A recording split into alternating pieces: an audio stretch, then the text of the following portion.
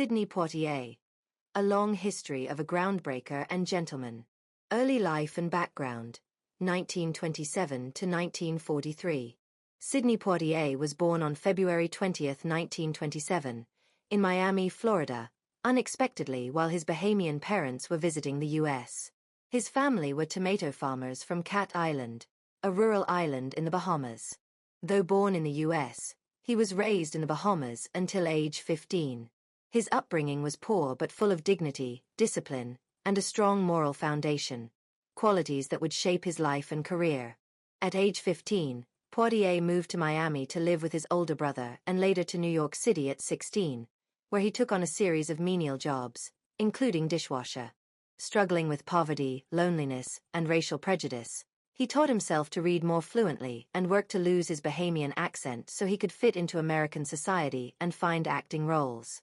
Breaking into acting, 1943 to 1950. Poitier's entry into acting began almost accidentally. After being rejected by the American Negro Theater due to his accent and poor reading skills, he practiced tirelessly, reading newspapers out loud and mimicking American accents.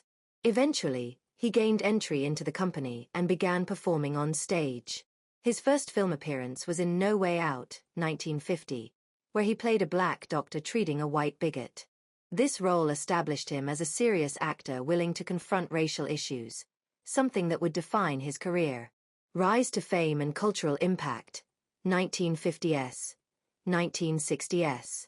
Throughout the 1950s, Poitier steadily built a reputation as a trailblazer, taking on complex, dignified roles rarely afforded to black actors at the time. He starred in Blackboard Jungle, 1955, and Edge of the City, 1957, both films portraying racial tension and injustice. His breakthrough came with The Defiant Ones, 1958, co-starring Tony Curtis. The film earned Poitier an Academy Award nomination for Best Actor, making him the first black actor to be nominated in that category.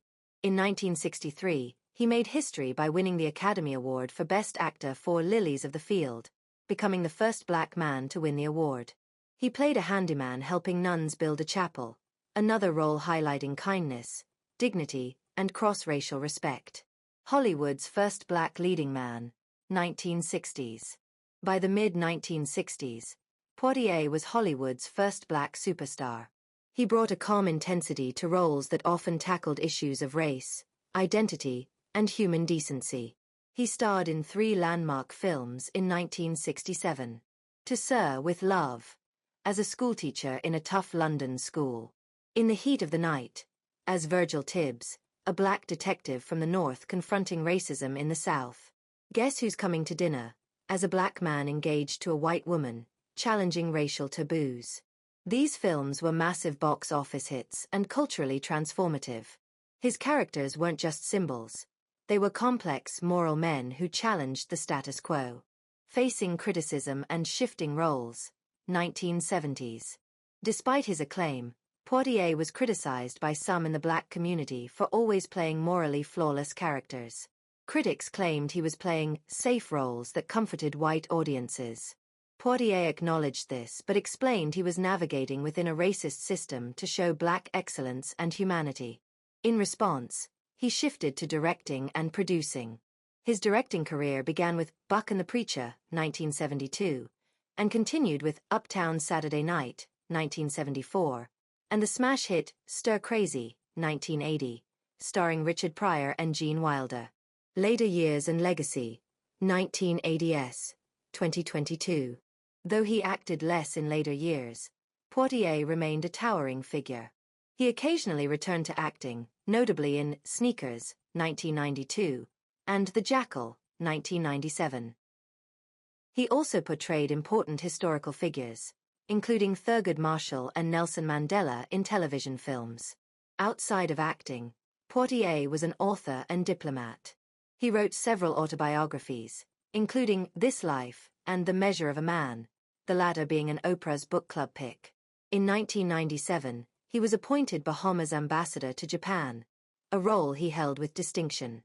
He was also the ambassador to UNESCO. Poitier received countless honors. Presidential Medal of Freedom, 2009. Kennedy Center Honors, 1995. Honorary Oscar, 2002. BAFTA Fellowship, and more. Death and enduring influence. Sidney Poitier passed away on January 6, 2022, at the age of 94. His death marked the end of a singular, courageous life, but his legacy endures. Legacy. Sidney Poitier shattered racial barriers in Hollywood, not with violence or anger, but with integrity, talent, and unwavering grace. He made space for Black actors to be seen as dignified, intelligent, and powerful. His life embodied excellence in the face of adversity, and his roles changed not just cinema, but American society. He wasn't just a movie star. He was a symbol of progress, perseverance, and poise.